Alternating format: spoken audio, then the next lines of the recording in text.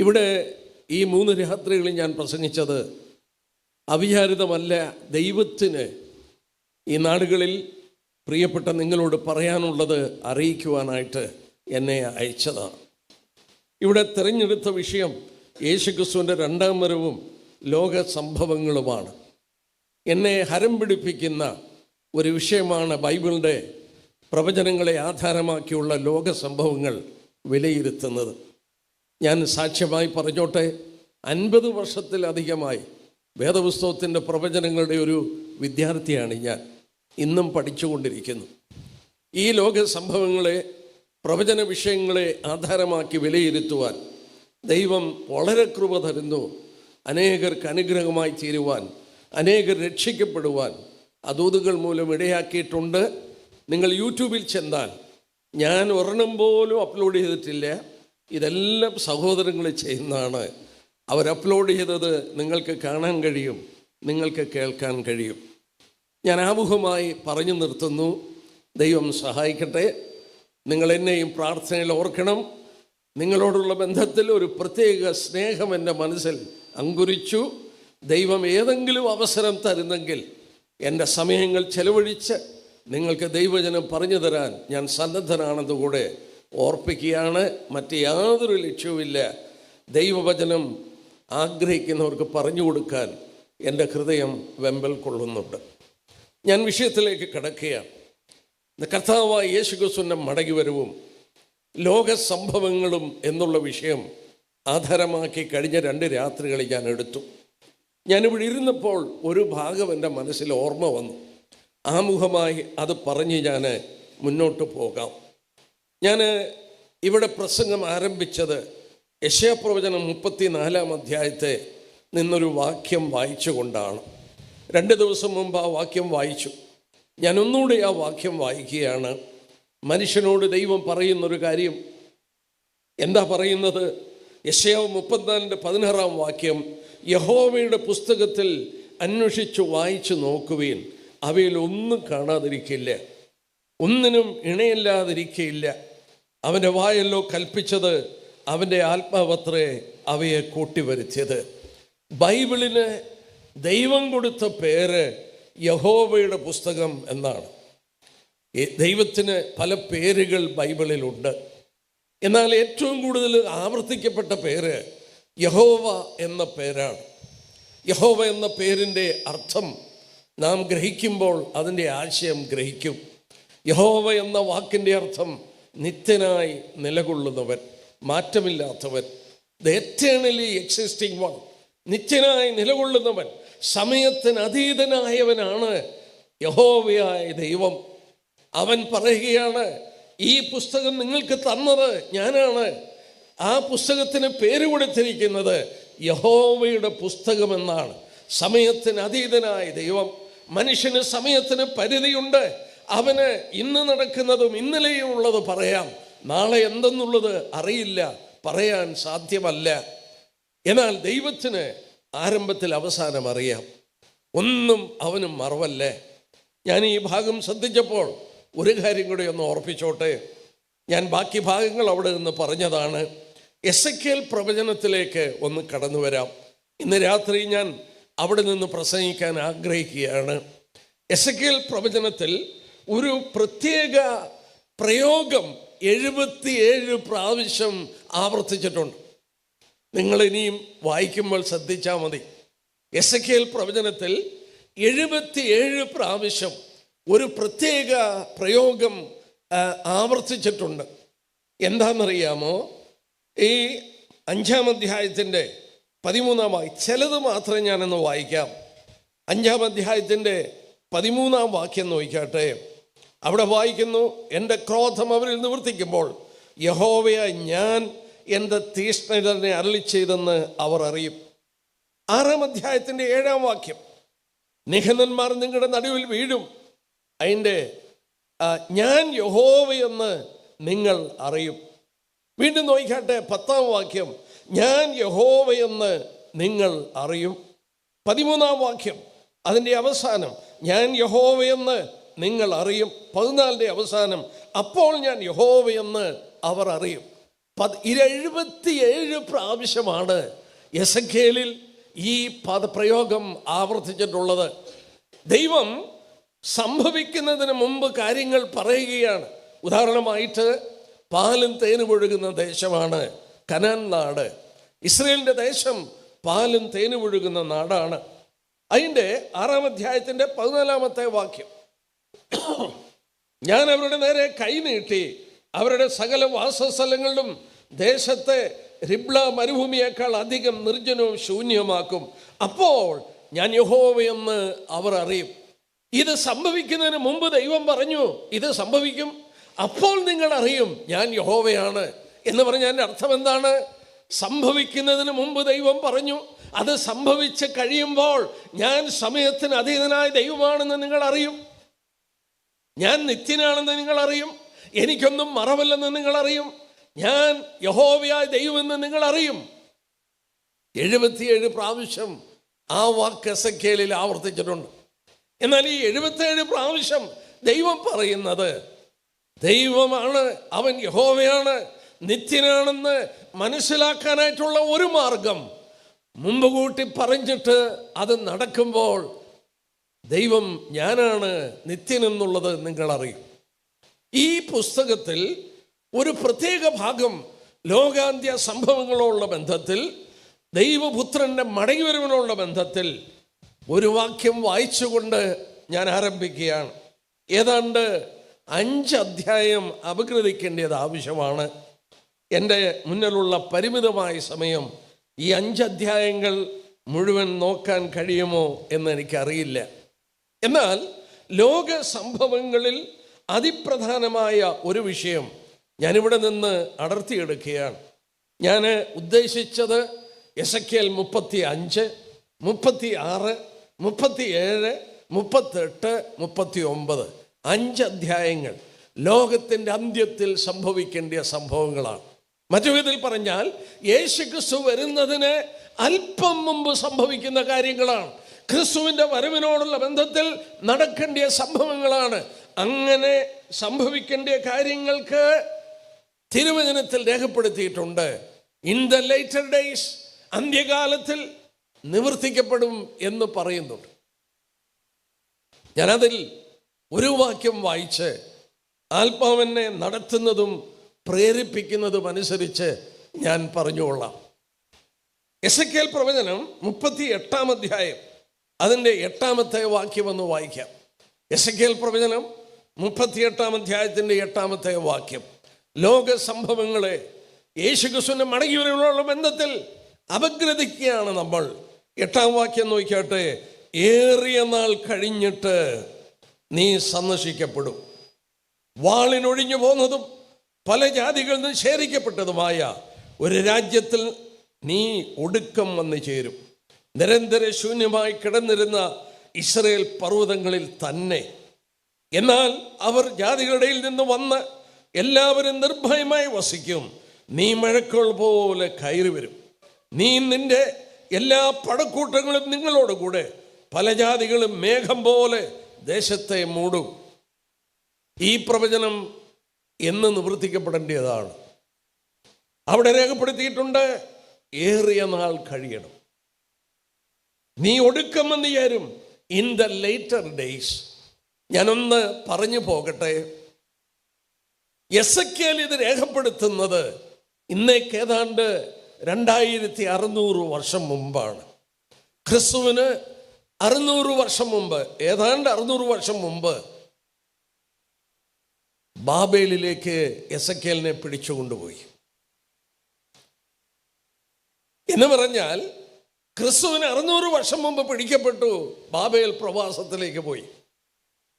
ഇന്നേക്ക് 2600 വർഷം മുമ്പ് ആ പ്രവാചകനിലൂടെ ദൈവം പറയുകയാണ്, ഏറിയ നാൾ കഴിയണം. ആഫ്റ്റർ മെനി ഡേയ്സ്, അനേക നാളുകൾ കഴിയുമ്പോൾ, ഇൻ ദ ലേറ്റർ ഡേയ്സ്, കാലത്തിൻ്റെ അന്ത്യത്തിൽ, അവസാന നാളുകളിൽ സംഭവിക്കേണ്ട ഒരു കാര്യമാണ് ഞാൻ പറയുന്നത്. എന്താ സംഭവം? നീയും നിന്നോടുകൂടെ പല ജാതികളും എൻ്റെ ദേശമായി ഇസ്രയേലിന്റെ നേരെ യുദ്ധത്തിന് വരും. ഇനി നടക്കാൻ പോകുന്ന ഒരു ഘോരമഹായുദ്ധം ഇവിടെ വെളിപ്പെടുത്തുകയാണ്. എന്നാൽ എന്നെ അത്ഭുതപ്പെടുത്തുന്ന കാര്യം 2600 വർഷം മുമ്പ് ഏതൊക്കെ രാജ്യങ്ങളാണ് ആക്രമിക്കുന്നത്, ഏതൊക്കെ വെളിപ്പെടുത്തിയിട്ടുണ്ട്. ഞാൻ ചോദിച്ചോട്ടെ, ആർക്ക് പറയാൻ കഴിയുമത്? ഇന്ന് രാത്രി ഞങ്ങളെ കേൾക്കുന്നവരോട് പറയട്ടെ, അങ്ങനെ രാജ്യങ്ങൾ പോലും വന്നില്ല. 600 വർഷം മുമ്പ് സർവ്വജ്ഞാനിയായ ദൈവം, ഒന്നും മറവല്ലാത്ത ദൈവം, രാജ്യങ്ങൾ ഒന്നിച്ചുകൂടി എൻ്റെ ജനത്തെ ആക്രമിക്കും.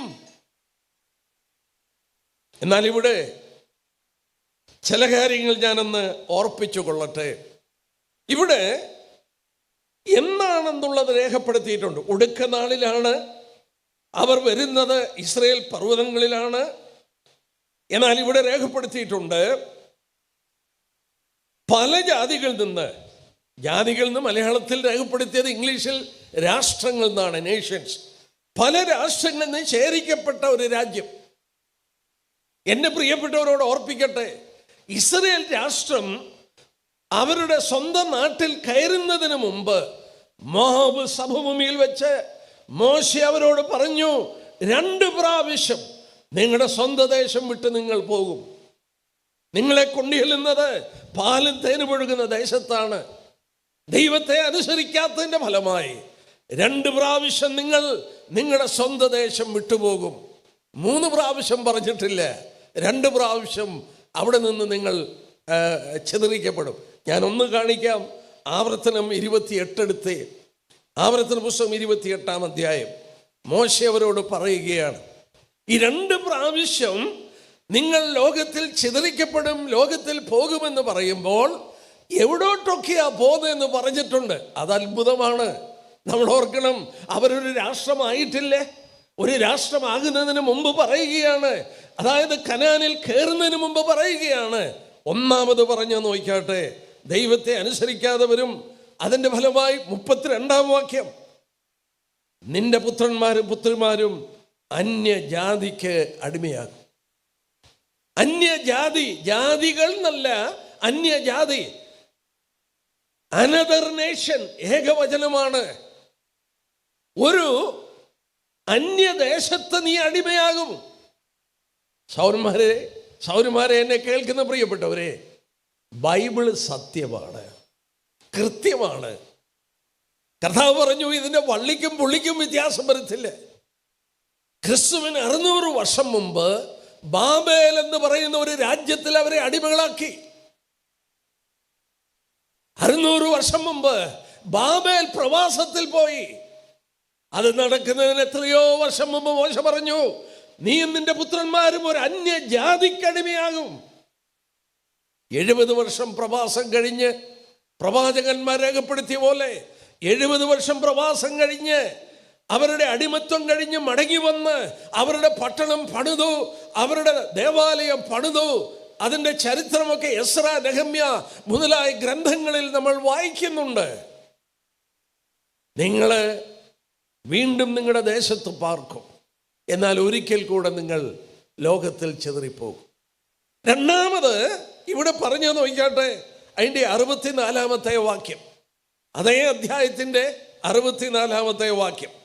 യഹോവ നിന്നെ ഭൂമിയുടെ ഒരറ്റം മുതൽ മറ്റേ അറ്റം വരെ സർവ്വജാതികളുടെയും ഇടയിൽ ചിതറിക്കും. ആദ്യം പറഞ്ഞു, നീ ഒരു അന്യജാതിക്കടിമയാകും.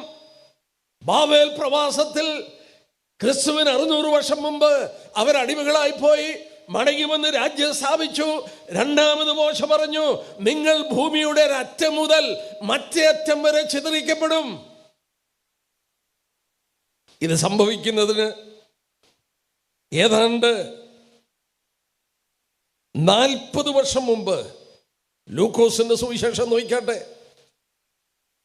ലൂക്കോസിന്റെ സുവിശേഷം അതിൻ്റെ 21-ാമത്തെ അധ്യായം, അവിടെ രേഖപ്പെടുത്തിയിട്ടുണ്ട്. കർത്താവ് 24-ാം വാക്യം, ലൂക്കോസ് 21-24, അത് സംഭവിക്കുന്നതിന് 40 വർഷം മുമ്പ് പറഞ്ഞു, അവർ വാളിൻ്റെ വായ്ത്തലയാൽ വീഴും, അവരെ സകല ജാതികളിലേക്കും ബദ്ധരായി കൊണ്ടുപോകും. ജാതികളുടെ കാലം തികയോളം ജാതികൾ യെരൂശലേമിനെ ചവിട്ടിക്കളയും. എൻ്റെ പ്രിയപ്പെട്ടവരെ, മോശ പറഞ്ഞു, യേശുക്രിസ്തു പറഞ്ഞു, നിങ്ങൾ ഭൂമിയുടെ ഒരറ്റം മുതൽ മറ്റേ അറ്റം വരെ ചിതറിക്കപ്പെടും. ഈ രാത്രി ഞാൻ ചോദിച്ചോട്ടെ, യഹൂദൻ എങ്ങനെയാണ് കൊച്ചിയിൽ വന്ന് പാർത്തത്? യഹൂദൻ എങ്ങനെയാണ് മാളയിൽ വന്ന് പാർത്തത്? യഹൂദൻ എങ്ങനെയാണ് ചേന്നമംഗലത്ത് വന്ന് പാർത്തത്? കേരളത്തിൽ എങ്ങനെ യഹൂദൻ വന്നു? കേരളം ഒരു ഭൂപടം എടുത്താൽ ലോകത്തിൻ്റെ ഒരു അറ്റമാണ്. ഞാൻ തൃശ്ശൂരിനടുക്കലുള്ള മാളയിൽ അതിൻ്റെ റോഡിൽ നിന്ന് പ്രസംഗിച്ചിട്ടുണ്ട്. കടക്കാരെ നോക്കി ഞാൻ പ്രസംഗിച്ചു, നിങ്ങൾക്ക് നിങ്ങളുടെ ദേശത്തിൻ്റെ പേരിൻ്റെ അർത്ഥം അറിയാമോ? മാള എന്ന് പറയുന്ന വാക്ക് എബ്രായ വാക്കാണ്. എബ്രായ വാക്ക്. യഹൂദന്മാർ അവിടെ പാർത്തപ്പോൾ ആ സ്ഥലത്തിന് അവർ പേരിട്ടു മായില്ലാഹ. അത് ലോപിച്ച് പിന്നീട് മാളയായി. മായില്ലാഹ എന്ന് പറഞ്ഞാൽ അതിൻ്റെ അർത്ഥം എന്നാണെന്നറിയാമോ? അഭയസ്ഥാനം, പ്ലേസ് ഓഫ് റെഫ്യൂജ്. അവരെ ഉപദ്രവിക്കാത്തൊരു സ്ഥലമുണ്ട്. കേരളം, ഇന്ത്യ. ഈ ഇന്ത്യയിൽ അവരെ ഉപദ്രവിച്ചില്ല. ലോകത്തിന്റെ എല്ലാ കോണിലും അവരെ വാളുകൊണ്ട് വെട്ടിക്കൊന്നു. കേരളത്തിൽ അവരെ ഉപദ്രവിച്ചില്ല. അവരതിന് പേരിട്ടു മായില്ലാഹ, മാള എന്ന് പേര് വിളിച്ചു. അഭയസ്ഥാനമെന്ന് അവർ പറഞ്ഞു. ഞാൻ അവിടെ നിന്ന് ചോദിച്ചു നാട്ടുകാരോട്, നിങ്ങളുടെ ദേശത്തിൻ്റെ പേരിൻ്റെ അർത്ഥം നിങ്ങൾക്കറിയാമോ? അവരോട് പിന്നീട് അതോടുള്ള ബന്ധത്തിൽ ഞാൻ പ്രസംഗിച്ചു. യഹൂദന്റെ സെമിട്രി, അവനെ അടക്കിയിരിക്കുന്ന കല്ലറയുടെ വശത്ത് നിന്നുകൊണ്ട് ഞാൻ വലിയൊരു മീറ്റിംഗ് 2-3 ദിവസം പ്രസംഗിച്ചു. എനിക്കുണ്ടായ ആവേശം പറയാൻ നിവൃത്തിയില്ല. എന്നാൽ ഇന്ന് രാത്രി ഞാൻ പറയട്ടെ, ദൈവവചനം എത്ര കൃത്യമാണ്. അവരൊരു രാജ്യമായി കനാനിൽ പ്രവേശിക്കുന്നതിന് മുമ്പ് മോശ പറഞ്ഞു, നിങ്ങൾ മറ്റൊരു രാജ്യത്തിന് അടിമയാകും. അത് നടന്നു. രണ്ടാമത് പറഞ്ഞു, നിങ്ങൾ ഭൂമിയുടെ ഒരറ്റം മുതൽ മറ്റേ അറ്റം വരെ ചിതറിക്കപ്പെടും. ചരിത്രം നമുക്കറിയാം. AD 70 റോമൻ സൈന്യാധിപനായ തീത്തോസ് അവരെ യെരൂശലേമിൽ നിന്ന് ലോകത്തിൽ ചിതറിച്ചു കളഞ്ഞു. എല്ലാ രാജ്യത്തും അവർ പോയി. രാജ്യമില്ലാതെ കിടക്കുകയാണ്. മടങ്ങി വരുവാൻ നിവൃത്തിയില്ല. കാലത്തിൻ്റെ അന്ത്യം യേശുക്രിസ്തു വരുന്നതിന് അല്പം മുമ്പ് അവർ മടങ്ങി വന്നെങ്കിലേ കഴിയുള്ളൂ. വേദപുസ്തക പ്രവചനം, അന്ത്യകാല പ്രവചനം ഒരെണ്ണമെങ്കിലും നിവർത്തിക്കപ്പെടണമെങ്കിൽ യഹൂദൻ രാഷ്ട്രമായി പിറന്നു വീണെങ്കിലേ കഴിയുള്ളൂ. ഇന്ന് യഹൂദൻ ഒരു രാജ്യമായി തീർന്നതിൻ്റെ കാരണം അതാണ്. ആരാണ് അവരെ കൊണ്ടുവന്നത്? ആരാണ് അവരെ കൊണ്ടുവന്നത്? നിങ്ങൾ യെരമ്യാ പ്രവചനം എന്നെടുത്ത് അവിടെ സ്വർഗത്തിലെ ദൈവം പറയുന്ന വാക്ക് ഞാനെന്ന് ചൂണ്ടിക്കാണിക്കാം. യെരമ്യാ പ്രവചനം, അതിൻ്റെ യെരമ്യാ പ്രവചനം 31-ാം അധ്യായത്തിൻ്റെ 10-ാമത്തെ വാക്യം. യെരമ്യാ 31:10 ദൈവം പറയുകയാണ്, വിളിച്ചു പറയുക, നിങ്ങൾ ലോകത്തോട് വിളിച്ചു പറയുക. എന്താ വിളിച്ചു പറയേണ്ടത്? ആ 31:10 നോക്കിയേ. ജാതികളെ, യഹോവയുടെ വചനം കേൾപ്പീൻ, ദൂരദ്വീപുകളിൽ അതിനെ പ്രസ്താവിപ്പീൻ. ഇസ്രായേലിനെ ചിതറിച്ചവനവനെ കൂട്ടിച്ചേർത്തു, ഒരിടയൻ തന്റെ കൂട്ടത്തെ കാക്കുന്ന പോലെ അവനെ കാക്കും. സ്തോത്രം. ആരാണ് അവനെ മടക്കി കൊണ്ടുവന്നത്? എന്താണ് ഈ വചനം പറയുന്നത്? ഇസ്രായേലിനെ ചിതറിച്ചവൻ അവനെ കൂട്ടിവരുത്തി. ദൈവത്തിന്റെ കരമാണ്. എസെക്കിയേൽ 36 നിന്ന് കഴിഞ്ഞ ദിവസം ഞാൻ ചൂണ്ടിക്കാണിച്ചു. 130 രാജ്യത്ത് നിന്ന് അവരെ മടക്കി കൊണ്ടുവന്നു. അവരുടെ പിതാക്കന്മാർക്ക് കൊടുത്ത സ്ഥലത്തിൽ തന്നെ കൊണ്ടുവന്നു. 23 ഇസ്ലാമിക് രാജ്യങ്ങളുടെ നിറഞ്ഞു കിടക്കുന്ന സ്ഥലത്ത്, അവരോട് ബദ്ധ വൈരാഗികളായിരിക്കുന്ന സ്ഥലത്ത്, അവരുടെ പിതാക്കന്മാരുടെ ആ സ്ഥലത്ത് തന്നെ അവർ രാജ്യമായി തീർന്നു. ദൈവത്തിൻ്റെ കരം, സർവശക്തന്റെ കരം രണ്ടാമത് അവരെ മടക്കി കൊണ്ടുവന്നു. ഇതാണ് എസെക്കിയേൽ പ്രവചനത്തിൽ നമ്മൾ വായിച്ച ആ ഭാഗം. വീണ്ടും നമ്മൾ നോക്കട്ടെ. നമ്മൾ ഓരോ വാക്യങ്ങളും അപഗ്രഥിച്ച് നോക്കുമ്പോൾ ഈ കാലഘട്ടം നമുക്കറിയാം. എസെക്കിയേൽ 38:8 വാക്യം,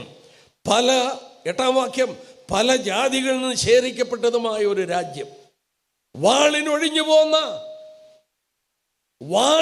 പോന്നു. യൂറോപ്പിൽ 2ാം ലോകയുദ്ധം നടക്കുമ്പോൾ, സെക്കൻഡ് വേൾഡ് വാർ, 90 ലക്ഷം യഹൂദന്മാരുണ്ട്. യൂറോപ്പിൽ 90 ലക്ഷം യഹൂദന്മാരുണ്ട്.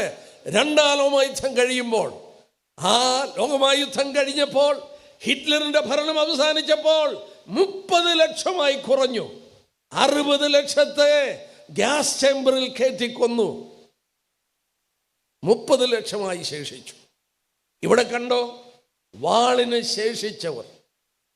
എന്റെ സഹോദരന്മാരോട് പറയട്ടെ, അവരെ എങ്ങനെയാണ് കൊണ്ടുവന്നത്? ദൈവം അവരെ കൊണ്ടുവന്നത്. വീണ്ടും നമ്മൾ യെരമ്യാ പ്രവചനം ഒന്ന് എടുത്താട്ടെ. ഞാൻ അങ്ങോട്ടും ഇങ്ങോട്ടും ഒക്കെ വാക്യങ്ങൾ എടുത്തുകൊണ്ടിരിക്കും, കാരണം എൻ്റെ മനസ്സിൽ ഓടി വരുന്ന വാക്യങ്ങളാണ് ഞാൻ എടുക്കുന്നത്. നോക്കിയാട്ടെ, ദൈവം എങ്ങനെ അവരെ കൊണ്ടുവരും? ദൈവം പറഞ്ഞൊരു വാക്യം ഞാൻ വായിക്കാം. യെരമ്യാ പ്രവചനം 17:16 ഇതാ, ഞാൻ അനേകം മീൻപിടുത്തക്കാരെ വരുത്തും, അവരവരെ പിടിക്കും. അതിൻ്റെ ശേഷം ഞാൻ അനേകം നായാട്ടുകാരെ വരുത്തും, അവരവരെ എല്ലാ മലയിൽ നിന്നും എല്ലാ കുന്നുകളിൽ നിന്നും പാറപ്പിളപ്പുകളിൽ നിന്നും നായാടി പിടിക്കും എന്ന് യഹോവയുടെ അരുളപ്പാട്. ഇതെന്തായി പറയുന്നത്? ഞാൻ ആദ്യം മീൻപിടുത്തക്കാരെ കൊണ്ടുവരും, അതിൻ്റെ ശേഷം നായാട്ടുകാരെ കൊണ്ടുവരും, അങ്ങനെ ഞാൻ അവരെ മടക്കി കൊണ്ടുവരും. മീൻ പിടിക്കുന്നവര് എവിടെ നിന്നാ മീൻ പിടിക്കുന്നത്? വെള്ളത്തിൽ നിന്ന്. എന്താ ഇവിടെ പറയുന്നത്? വെളിപ്പാട് പുസ്തകം 17:15 വായിക്കുന്നു, നീ കണ്ട വെള്ളം ഭാഷകളും വംശങ്ങളും പുരുഷാരങ്ങളുമാണ്. ലോക ജനതയെ സമുദ്രമായി തിരുവചനത്തിൽ പറയുന്നു. വെളിപ്പാട് 17:15. യഹൂദൻ എവിടെയാണ്? ഈ ലോക ജലത്തിൽ മുങ്ങിക്കിടക്കുകയാണ്, രാഷ്ട്രങ്ങളുടെ ഇടയിൽ മുങ്ങിക്കിടക്കുകയാണ്. അവിടെ നിന്ന് മീൻപിടുത്തക്കാരെ കൊണ്ട് നിങ്ങളെ പിടിക്കും. എനിക്ക് വിശദമായി എടുക്കണമെന്നുണ്ട്, പക്ഷേ 1-2 വാക്കിൽ ഞാൻ പറഞ്ഞു നിർത്താം.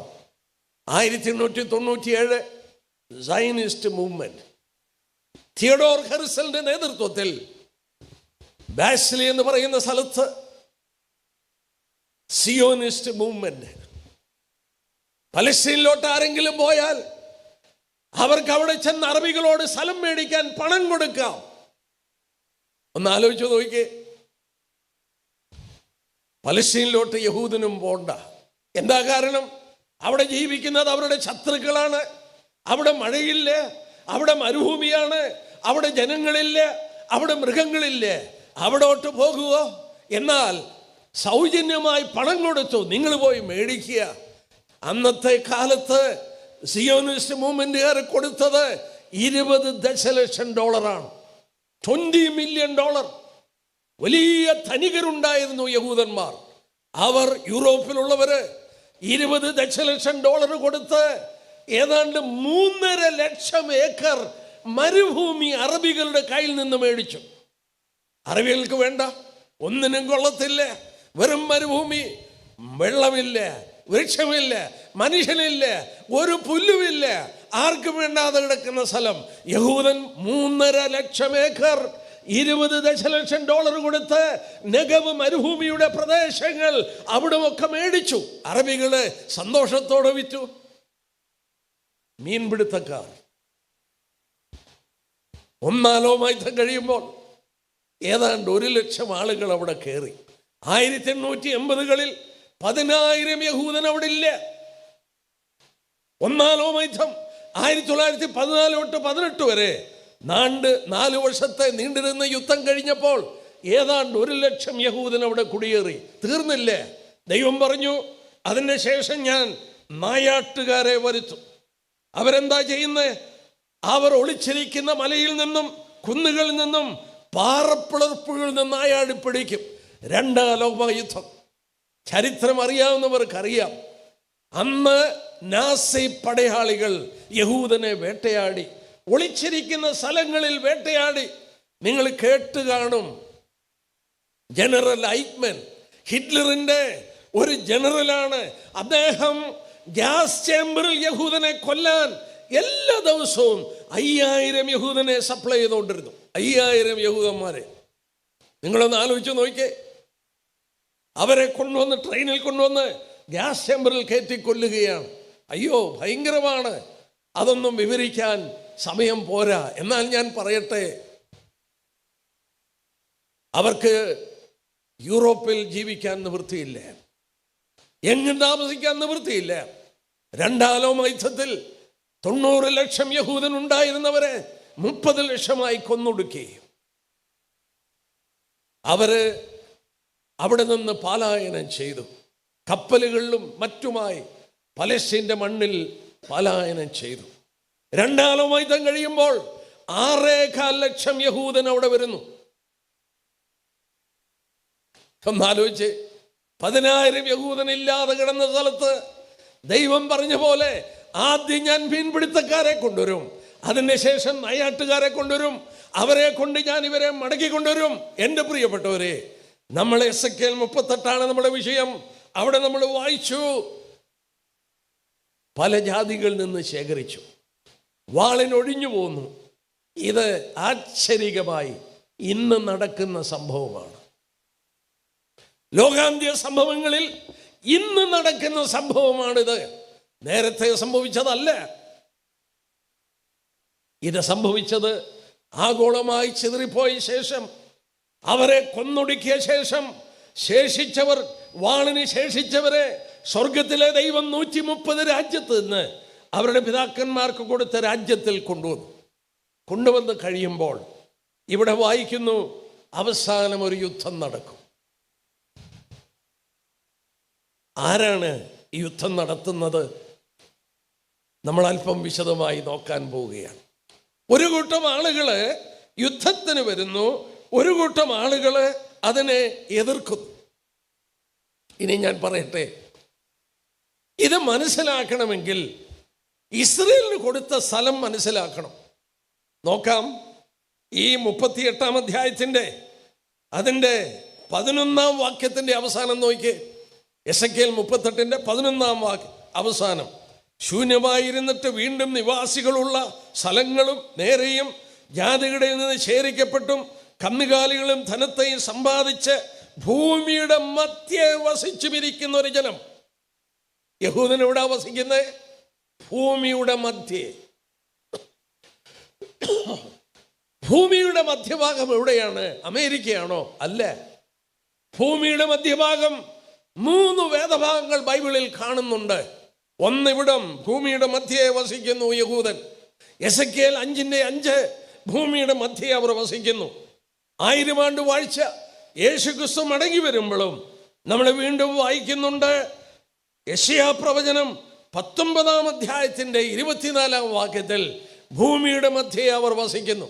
ദൈവം അബ്രാഹാമിനോട് പറഞ്ഞു, ഞാൻ നിന്നെ കാണിപ്പാനിരിക്കുന്ന ദേശത്തേക്ക് പോകാം. എവിടോട്ടെന്നറിയാതെ യാത്ര ചെയ്തു.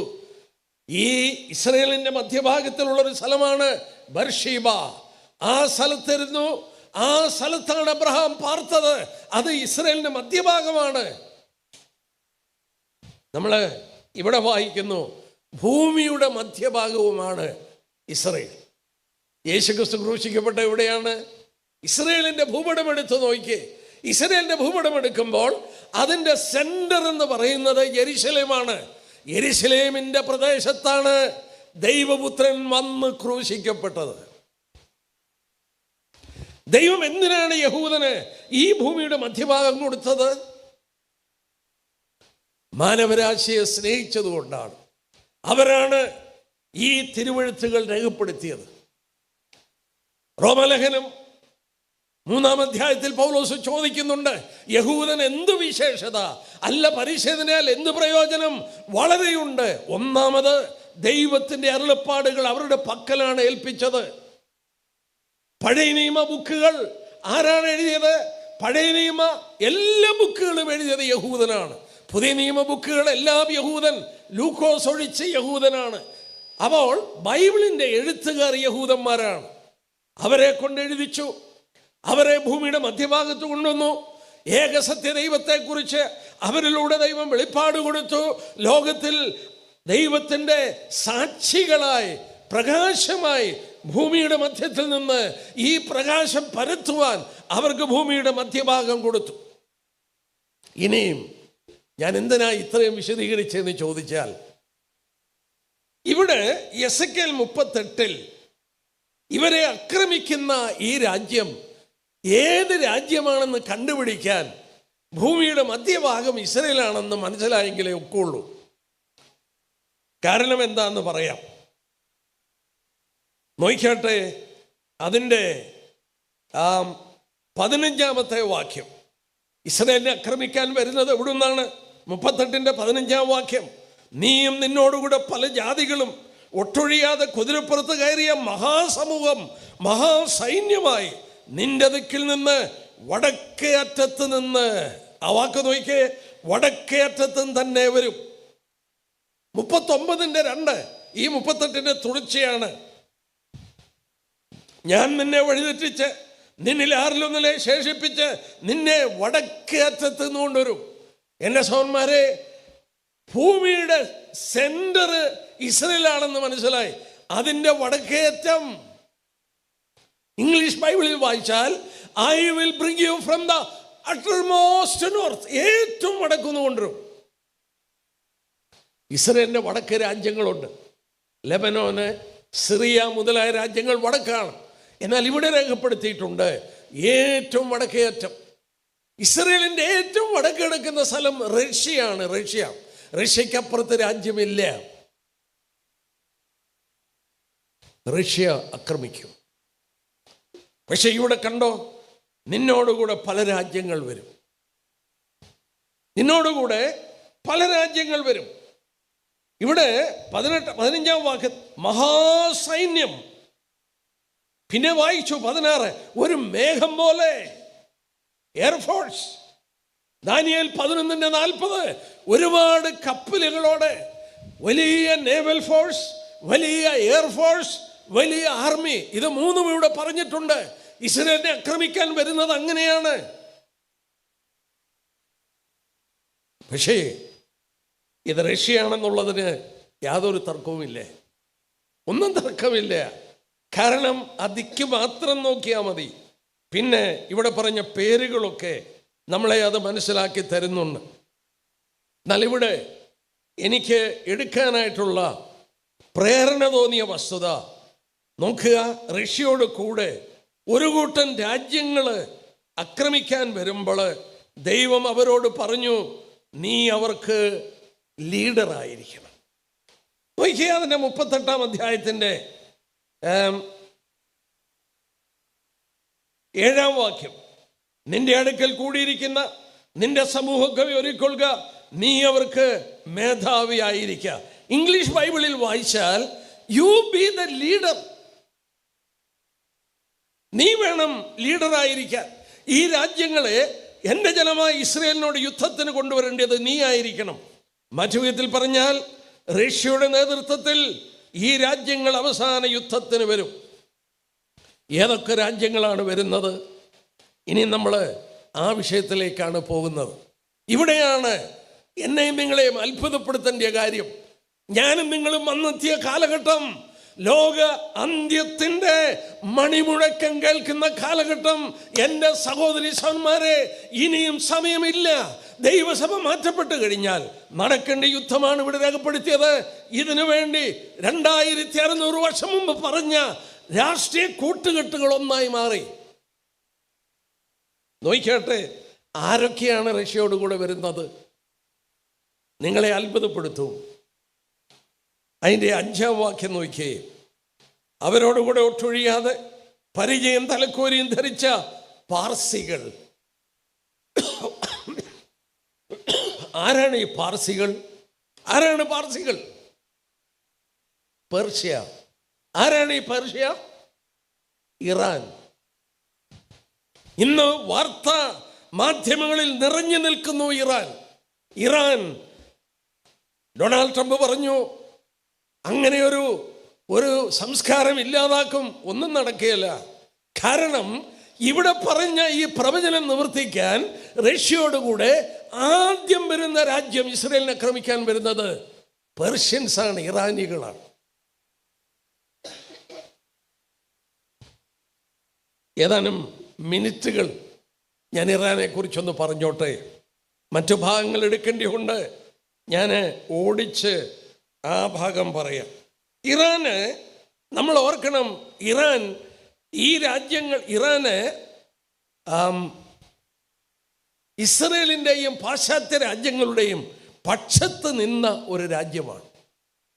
അവിടെ ഭരിച്ചിരുന്ന വ്യക്തി നമുക്കറിയാം, അവിടുത്തെ ഷാ. അദ്ദേഹം പാശ്ചാത്യ രാജ്യങ്ങളോടും ഇസ്രയേലിനോടും വളരെ സ്നേഹസമ്പന്നരായിരുന്നു. എന്നാൽ ഈ പ്രവചനം നിവർത്തിക്കപ്പെടണമെങ്കിൽ റഷ്യയുടെ ചായ്വിലോട്ട് പോകണം. എന്തോ സംഭവിച്ചെന്നറിയാമോ? ഞാൻ പറയുന്നത് നിങ്ങൾ ചരിത്രമെടുത്ത് നോക്കുക. നിങ്ങളെ ഞാൻ വെല്ലുവിളിക്കുകയാണ്, എൻ്റെ സഹോദരന്മാരെ. ഈ പ്രവചനം നിവർത്തിക്കപ്പെടാൻ 1979 ഒരു സംഭവം ഉണ്ടായി. ഷാ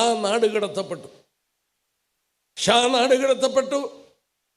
ഇറാനിൽ ഒരു മതവിപ്ലവം ഉണ്ടായി. അയത്തുള്ള ഖൊമേനി ഭരണമേറ്റെടുത്തു. 79 അയത്തുള്ള ഖൊമേനി ഭരണമേറ്റെടുത്ത ശേഷം അദ്ദേഹം പ്രഖ്യാപിച്ചത്, ഞാൻ കുറിച്ചെടുത്തു, ഇസ്രയേലിനെ തുടച്ചു കളയേണ്ടത് മതപരവും ധാർമ്മികവുമായ കടപ്പാടാണ്. നമ്മുടെ it is a moral duty of us to eliminate Israel. ഇസ്രയേലിനെ തുടച്ചു കളയണം. അയത്തുള്ള ഖൊമേനി അതിനുവേണ്ടി അവർ എന്ത് ചെയ്തു? ലോകത്തിലെ 4ാമത്തെ സൈനിക ശക്തിയാണ് ഇറാൻ. ഒപെക് നേഷൻസിൽ 2ാമത്തെ എണ്ണ ഉൽപ്പാദിപ്പിക്കുന്ന രാജ്യമാണ്. അവർക്ക് പണമുണ്ട്. അവരെന്ത് ചെയ്തു? ഇസ്രയേലിന്റെ വടക്ക് കിടക്കുന്ന ലെബനോൻ, അവിടെ ഹെസ്ബുള്ള എന്ന് പറയുന്ന തീവ്രവാദികളെ വാർത്തെടുത്തു. ഹെസ്ബുള്ള ഇസ്രയേലിന്റെ തെക്ക് കിടക്കുന്ന യമനിൽ ഹൂത്തികളെ വാർത്തെടുത്തു. ഗാസയിലെ ഹാമാസിനെ വാർത്തെടുത്തു. ഇസ്രയേലിന് ചുറ്റും കിടക്കുന്ന രാജ്യങ്ങളിൽ തീവ്രവാദികളെ വാർത്തെടുത്തത് ആരാണ്? ഇറാനാണ്. ഒറ്റ ലക്ഷ്യം. എന്തിനാണ് ആറ്റം ബോംബ് അവർ ഉണ്ടാക്കുന്നത്? അവർ പരസ്യമായി പ്രസ്താവിച്ചു, യഹൂദനെ ഇല്ലാതാക്കാനാണ്. എന്തിനാണ് ഇസ്രയേൽ യുദ്ധത്തിന് പോയത്? ടെഹ്റാൻ എന്ന് പറയുന്നത് അവരുടെ തലസ്ഥാനമാണ്. ടെഹ്റാനിൽ പലസ്തീൻ സ്ക്വയർ എന്ന് പറയുന്ന ഒരു സ്ഥലമുണ്ട്. അവിടെ ഒരു ക്ലോക്കുണ്ട്, പരസ്യമായി അവിടെ വെച്ചിരിക്കുകയാണ്. 2015 അവർ പരസ്യമായി അവിടെ പ്രഖ്യാപിച്ചു, എഴുതി വച്ചിരിക്കുകയാണ്. യഹൂദന് വായിക്കാൻ എബ്രായ ഭാഷയിലും പേർഷ്യൻ ഭാഷയിലും എഴുതി വച്ചിരിക്കുകയാണ്. 25 വർഷം കൊണ്ട് സയോനിസം യഹൂദനില്ലാതാകും. ഒന്നാലോചിച്ച്, ഒരു രാജ്യം പരസ്യമായി പ്രസ്താവിക്കുകയാണ്, മറ്റൊരു രാജ്യം ഇല്ലാതാക്കണം. ആറ്റം ഉണ്ടാക്കുന്നത് യഹൂദനെ നെഞ്ചത്തിടാൻ, അവനെ ഇല്ലാതാക്കാൻ. തീവ്രവാദികളെ വാർത്തെടുത്തത് യഹൂദനോട് യുദ്ധം ചെയ്യാൻ, യഹൂദനെ നശിപ്പിക്കാൻ. ഇസ്രയേൽ എന്തിനാണ് യുദ്ധത്തിന് ഏർപ്പെട്ടിരിക്കുന്നത്? ഡൊണാൾഡ് ട്രംപ് ഇസ്രയേലിനെ സഹായിക്കുന്നത് എന്തിനാണ്? ആറ്റം ബോംബ് ഉണ്ടാക്കരുത്, ഉണ്ടാക്കിയാൽ അപകടമാണ്, യഹൂദനെ ഇല്ലായ്മ ചെയ്യും. പക്ഷേ ഇന്ന് രാത്രി ഞാൻ പറയട്ടെ, 1979 വരെ പാശ്ചാത്യ രാജ്യങ്ങളുടെ പക്ഷത്ത് നിന്ന ഇറാൻ, ഈ ഇസ്ലാമിക് വിപ്ലവം ഉണ്ടായി, അയത്തുള്ള ഖൊമേനിമാരുടെ ഭരണം വന്ന് അവർ ഇസ്രയേലിന് ബദ്ധവൈരാഗികളായി. ഇസ്രയേലിനെ തുടച്ചു കളയേണ്ടത് നമ്മുടെ ധാർമ്മികവും മതപരവുമായ ആവശ്യമാണെന്ന് അവർ പ്രഖ്യാപിച്ചു. അതിൻ്റെ പുറകില് മതപരമായ ചില ചിന്തകളുണ്ട്. എനിക്കത് മുഴുവൻ എടുക്കാൻ നിവൃത്തിയില്ല. അവര് ഇവിടെ കാണുന്ന മുസ്ലിങ്ങളല്ല, ഷിയ മുസ്ലിങ്ങളാണ്. ഷിയ മുസ്ലിങ്ങളുടെ വിശ്വാസം അനുസരിച്ച് 12ാമത്തെ മെഹദി മടങ്ങി വരണം. 12ാമത്തെ മെഹദി മടങ്ങി വരണമെങ്കിൽ ലോകത്തിൽ അരാജകത്വം ഉണ്ടാകണം.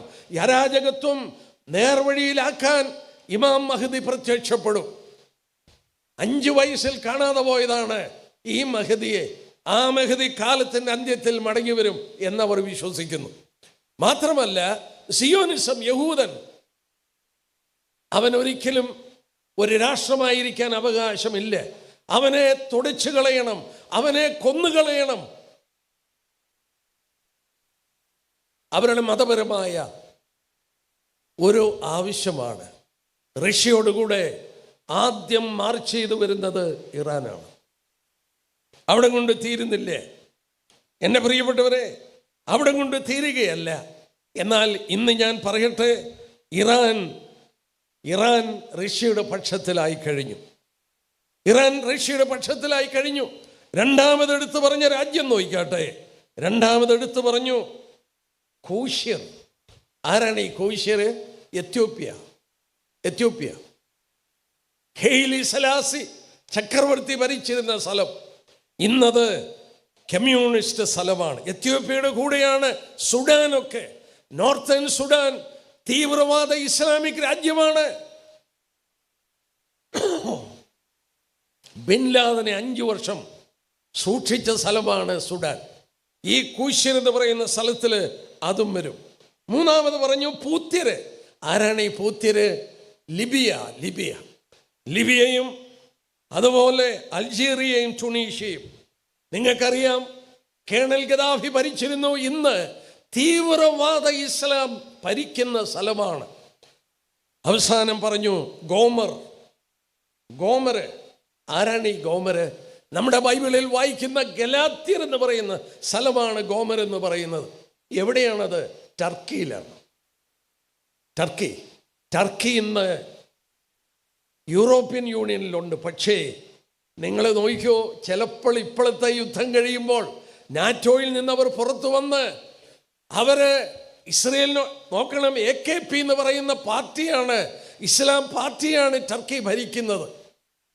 ഞാനൊരു കാര്യം ഓർപ്പിച്ചോട്ടെ, ഈ പറഞ്ഞ രാജ്യങ്ങളെല്ലാം തീവ്രവാദ ഇസ്ലാം രാജ്യങ്ങളാണ്.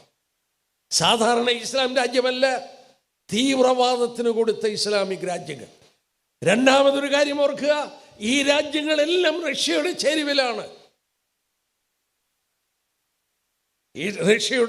ചേരുവിലാണ്. അവിടെ കൊണ്ട് തീർന്നില്ലേ? പിന്നീട് ഒരു വാക്ക് പറയുന്നുണ്ട്, 6-ാം വാക്യം. വടക്കേറ്റത്തുള്ള തോഗർമഗൃഹം. റഷ്യ വടക്കേറ്റത്താണ്. വടക്കേറ്റത്തുള്ള തോഗർമഗൃഹം Beth Togarmah, house of Togarmah. Turkish blood ഉള്ള, തുർക്കികളുടെ ചോരയുള്ള ഒരു കൂട്ടം രാജ്യത്തെ ചൂണ്ടിക്കാണിക്കുന്നു. 1991 കമ്മ്യൂണിസം റഷ്യയിൽ തകർന്നു. USSR തകർന്നു. USSR തകർന്നപ്പോൾ 7 പുതിയ ഇസ്ലാമിക് രാജ്യങ്ങൾ അവിടെ നിന്ന് പുറത്തു വന്നു. ഞാൻ അവരുടെ പേര് വായിക്കാം. Azerbaijan, Kyrgyzstan, Uzbekistan, Tajikistan, Turkmenistan, Kazakhstan, Chechens. അവരെവിടെയാണ്? വടക്കേറ്റത്താണ്. അവരാരാണ്? ഈ ടർക്കിഷ് ബ്ലഡുള്ള ഇസ്ലാമിക് രാജ്യങ്ങളാണ്. തോഗർമഗൃഹം റഷ്യയുടെ ചേരുവിൽ വരുന്ന തീവ്രവാദ ഇസ്ലാമിക് മനോഭാവമുള്ള രാജ്യങ്ങൾ. ഇവരാക്രമിക്കുമ്പോൾ ഇനിയും ഒരു കാര്യം കൂടെ ഞാൻ എന്നെടുത്തോട്ടെ. ഇവരാക്രമിക്കുമ്പോൾ വേറൊരു കൂട്ടർ എതിർക്കുന്നു. ആരാ എതിർക്കുന്നേ? ആ അധ്യായം നോക്കിക്കേ, അതിൻ്റെ 13-ാം വാക്യം. ശേബയും ദദാനും തർശീശ് വർത്തകന്മാരും അതിലെ സകല ബാലസിംഹങ്ങളും നിന്നോട് നീ കൊള്ളയിടുവാനോ വന്നത്? കവർ ചെയ്യുവാനും വെള്ളിയും പൊന്നും എടുത്തുകൊണ്ട് പോകുവാനും കന്നുകാലികളെ ധനത്തെയും അപഹരിപ്പാനും ഏറ്റവും വലിയ കൊള്ള നടത്തുവാനും ആകുന്നുവോ നീയും നിന്റെ സമൂഹവും കൂടിയിരിക്കുന്നത്? ഒരു കൂട്ടം ആളുകൾ എതിർക്കുന്നു. ആരാണ് ഈ എതിർക്കുന്നത്? നോക്കാട്ടെ, ആരാണ് എതിർക്കുന്നതെന്ന് നോക്കാട്ടെ. ഇവിടെ രേഖപ്പെടുത്തിയിട്ടുണ്ട്, എതിർക്കുന്നത് തർശീശ് വർത്തകന്മാർ. ഇംഗ്ലീഷിൽ വായിച്ചാൽ മെർച്ചൻസ് ഓഫ് ടർശീഷ്. ആരാണ് ഈ മെർച്ചൻസ് ഓഫ് ടർശീഷ്? ഒരു വാക്യം നമുക്ക് നോക്കാം. എസെക്കിയേൽ 27 എടുത്ത് നമ്മളതൊന്ന് വചനത്തിൻ്റെ വെളിച്ചത്തിൽ അപഗ്രഥിക്കാൻ പോവുകയാണ്. എസെക്കിയേൽ പ്രവചനം 27-ാം അധ്യായത്തിൻ്റെ 12-ാമത്തെ വാക്യം. തർശീഷ് സകലവിധ സമ്പത്തിൻ്റെയും പെരുപ്പം നിമിത്തം നിന്റെ വ്യാപാരികളായിരുന്നു. വെള്ളി, ഇരുമ്പ്, വെള്ളീയം കാരിയം എന്നിവ അവർ നിന്റെ ചരക്കിന് പകരം തന്നു. അപ്പോൾ തർശീശ് വർത്തകന്മാർ അവർ കച്ചവടം ചെയ്തത് ഇരുമ്പും ഈയവും വെള്ളിയൊക്കെയാണ്. നോക്കുക 25-ാം വാക്യം, തർശീശ് കപ്പലുകൾ. പ്രിയപ്പെട്ടവരോട് ഞാൻ പറയട്ടെ, തർശീശ് എന്ന വാക്ക് ടിൻ മർച്ചൻസ് എന്നാണ്. ചരിത്രം അറിയാവുന്നവർക്കറിയാം, ഇവിടെ ടിന്നും ഈയമൊക്കെ കച്ചവടം ചെയ്ത ആരാണ്? ബ്രിട്ടീഷുകാരാണ്. ബ്രിട്ടൻ എന്ന വാക്കിൻ്റെ അർത്ഥം ടിൻ മർച്ചൻസ് എന്നാണ്. ബാരിറ്റാനിയ. അവരും അവരുടെ ബാലസിംഹങ്ങളും. അവരുടെ ബാലസിംഹങ്ങൾ ആരാണ്? ഈ ബാലസിംഹങ്ങൾ ആരാണ്? അമേരിക്ക എന്ന് പറയുന്ന രാജ്യം ഒരു പുതിയ രാജ്യമാണ്. അമേരിക്ക എന്ന് പറയുന്ന രാജ്യത്ത് ആരാ പാർത്തിരുന്നത്? റെഡ് ഇന്ത്യൻസ് ആണ്. തലയിൽ തൂവലൊക്കെ വെച്ച റെഡ് ഇന്ത്യൻസ്. എന്നാൽ ഇന്ന് സായിപ്പിൻ്റെ കയ്യിലാണ്. സായിപ്പ് അവിടെ കയറാൻ കാരണം 1492 കൊളംബസ് കണ്ടുപിടിച്ചു അമേരിക്ക. 1776 37 ദശലക്ഷം ബ്രിട്ടീഷുകാർ യൂറോപ്യൻസ് അവിടെ കുടിയേറി. അമേരിക്ക യൂറോപ്പിൽ നിന്ന് കുടിയേറിയവരാണ്. അവൾ ഇവിടെ നോക്കിക്കേ, തർശീശ് വർത്തകന്മാരും അതിൻ്റെ ബാലസിംഹങ്ങളും. ഇന്ന് പറയുകയാണെങ്കിൽ അമേരിക്കയും ബ്രിട്ടൻ എന്നേ പറയുള്ളൂ. എന്നാൽ തിരിയാൻ പോവുകയാണ്. ബ്രിട്ടനും അമേരിക്കയും, തർശീശ് വർത്തകന്മാരും അതിൻ്റെ ബാലസിംഹവും. ഞാൻ രാവിലെ ഒരു സഭയിൽ വചനം ശുശ്രൂഷിച്ചപ്പോൾ ഓർപ്പിച്ചു, അമേരിക്ക യുദ്ധം കഴിയുമ്പോൾ മിക്കവാറും ലോക നേതൃത്വത്തിൽ നിന്ന് പുറകോട്ട് പോകും. സാമ്പത്തികമായി അവർ തകരും. അമേരിക്കയുടെ കടം $38 ട്രില്യൺ. 38 ട്രില്യൺ എന്ന് പറഞ്ഞാൽ നിസാരമെന്ന് തോന്നും. 1 ട്രില്യൺ എന്ന് പറഞ്ഞാൽ 1 ഇട്ടിട്ട് 12 പൂജ്യം ഇടണം. 1,00,000 കോടിയാണ് 1 ട്രില്യൺ. 1,00,000 കോടി 1 ട്രില്യൺ. അങ്ങനെ $38 ട്രില്യൺ കടമാണ്. 48 ദിവസം കൂടുമ്പോൾ അമേരിക്കയിൽ വേറെ 1 ട്രില്യനൂടെ കൂടുന്നു. എല്ലാ 48 ദിവസം കഴിയുമ്പോൾ ഓരോ ട്രില്യൺ കടം കൂടുകയാണ്. അങ്ങനെ കടം കൂടിയാൽ ഏത് രാജ്യം നിലനിൽക്കും? ഈ യുദ്ധം അമേരിക്ക വരുത്തി വെച്ച യുദ്ധമാണ്. ഭയങ്കര പണച്ചെലവാണ്. പ്രിയപ്പെട്ടവരോട് പറയട്ടെ, ബ്രിട്ടീഷ് സാമ്രാജ്യം ഒരു സാധാരണ രാജ്യമായതുപോലെ അമേരിക്ക ഒരു സാധാരണ രാജ്യമായി ലോക നേതൃത്വത്തിൽ നിന്ന് പുറകോട്ട് പോകും. പ്രവചനങ്ങൾ അപഗ്രഥിച്ച് നോക്കുമ്പോൾ അതിൻ്റെ ലക്ഷണങ്ങൾ കണ്ടു തുടങ്ങി. കാലത്തിൻ്റെ അന്ത്യം വരുമ്പോൾ ഇവിടെ നമ്മൾ വായിക്കുന്നു, തർശീശ് വർത്തകന്മാരും അതിൻ്റെ ബാലസിംഹങ്ങളും. എന്നാൽ ഇവിടെ അവരോട് ചേർന്ന് നിൽക്കുന്ന രാജ്യമാരാണ്? ശേബയും ദെദാനും. ശെബയും ദെദാനും ആരാണ്? ഈ ശെബയും ദെദാനും ഉൽപ്പത്തി 25 എടുത്താട്ടെ. വേദപുസ്തകം കൊണ്ട് തന്നെ നമുക്ക് നോക്കാം. ഉൽപ്പത്തി പുസ്തകം 25. ഞാൻ പലപ്പോഴും പറയാറുണ്ട്, ഭയങ്കര രസമാണ് വേദപുസ്തക പ്രവചനങ്ങൾ പഠിക്കാൻ. മണിക്കൂറുകളിരുന്നാലും ആ രസം ഹരം പോകില്ല. ആരാണ് ഈ തർശീശ് വർത്തകന്മാർ? ശേബയും ദെദാനും ആരാണ്? നോക്കാം. അബ്രഹാമിൻ്റെ ഭാര്യ സാറ മരിച്ചു. അതിന് ശേഷം അബ്രഹാം വേറൊരു ഭാര്യയെ പരിഗ്രഹിച്ചു. അവളുടെ പേരാണ് കെത്തൂറ. അവൾ 6 ആൺമക്കളെ പ്രസവിച്ചു. ഉൽപ്പത്തി 25 അവൾക്ക് അബ്രഹാം വേറൊരു ഭാര്യയെ പരിഗ്രഹിച്ചു. അവൾക്ക് കെത്തൂറ എന്ന് പേർ. സിമ്രാൻ, യൊക്താൻ, മേദാൻ, മിദ്യാൻ, ഇസ്പാഖ്, ഹൂവാഹ് എന്നിവരെ പ്രസവിച്ചു. 2ാമത്തെ മോൻ്റെ പേര് നോക്കിയേ, യൊക്താൻ. ഇനിയും 3-ാം വാക്യം നോക്കിയേ, ഈ 2ാമത്തെ മകൻ്റെ പിള്ളേരുടെ പേര്. യൊക്താൻ ശേബയും ദെദാനെയും ജനിപ്പിച്ചു. അപ്പോൾ അബ്രഹാമിൻ്റെ വെപ്പാട്ടിയായിരുന്ന കെത്തൂറയുടെ മകൻ, 2ാമത്തെ മകൻ യൊക്താൻ്റെ മക്കളാണ് ശേബയും ദെദാനും. ഇനി ഇവരെവിടാ പാർത്തതെന്ന് നോക്കാം. ഇവരെവിടാ പാർത്തത്? ആ അധ്യായത്തിൻ്റെ 5-6 വാക്യം നോക്കി. അബ്രഹാം തനിക്കുള്ളതൊക്കെയും ഇസ്ഹാക്കിന് കൊടുത്തു. അബ്രഹാമിനുണ്ടായിരുന്ന വെപ്പാട്ടികളുടെ മക്കൾക്കോ അബ്രഹാം ദാനങ്ങളെ കൊടുത്തു. താൻ ജീവനോടിരിക്കുമ്പോൾ തന്നെ അവരെ തന്റെ മകനായ ഇസാക്കിന്റെ അടുക്കൽ നിന്ന് കിഴക്കേ ദേശത്തിലേക്ക് അയച്ചു. എൻ്റെ പ്രിയപ്പെട്ടവരെ, ഒന്ന് ആലോചിച്ച് നോക്കിയേ. അബ്രഹാം താൻ ജീവനോടിരിക്കുമ്പോൾ വീട്ടുകാരെയും ക്രമീകരിച്ചു. അബ്രഹാം ഇസഹാക്കിന് വാഗ്ദത്ത നാട് കൊടുത്തു. തൻ്റെ വെപ്പാട്ടികളുടെ മക്കൾ ഹാഗർ, കെത്തൂറ, അവരുടെ മക്കൾ, അവർക്ക് സ്ഥലം കൊടുത്തത് എവിടെയാണ്? കിഴക്ക്. നിങ്ങൾ ബൈബിളിന്റെ പുറകിലുള്ള ഭൂപടം എടുത്തു നോക്കിയേ. ഇസ്രയേലിന്റെ കിഴക്ക് കിടക്കുന്ന സ്ഥലം ഏതാണ്? അറേബ്യൻ പെനിസുല, അറേബ്യൻ മരുഭൂമി. ഈ അബ്രഹാം തൻ്റെ വെപ്പാട്ടികളുടെ മക്കളെ അയച്ചത് അറേബ്യൻ മരുഭൂമിയിലോട്ടാണ്. അവരുടെ പിള്ളേർ എവിടെയാണ്? ഈ അറേബ്യൻ മരുഭൂമിയിൽ താഴോട്ട് അവർ ജീവിക്കുന്നു.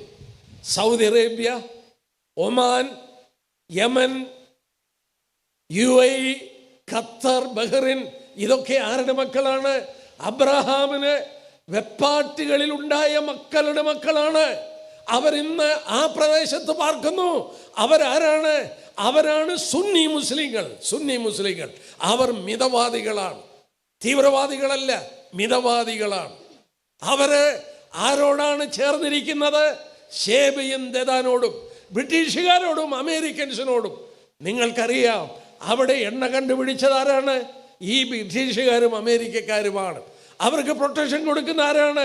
ഈ ബ്രിട്ടീഷുകാരും അമേരിക്കക്കാരുമാണ്.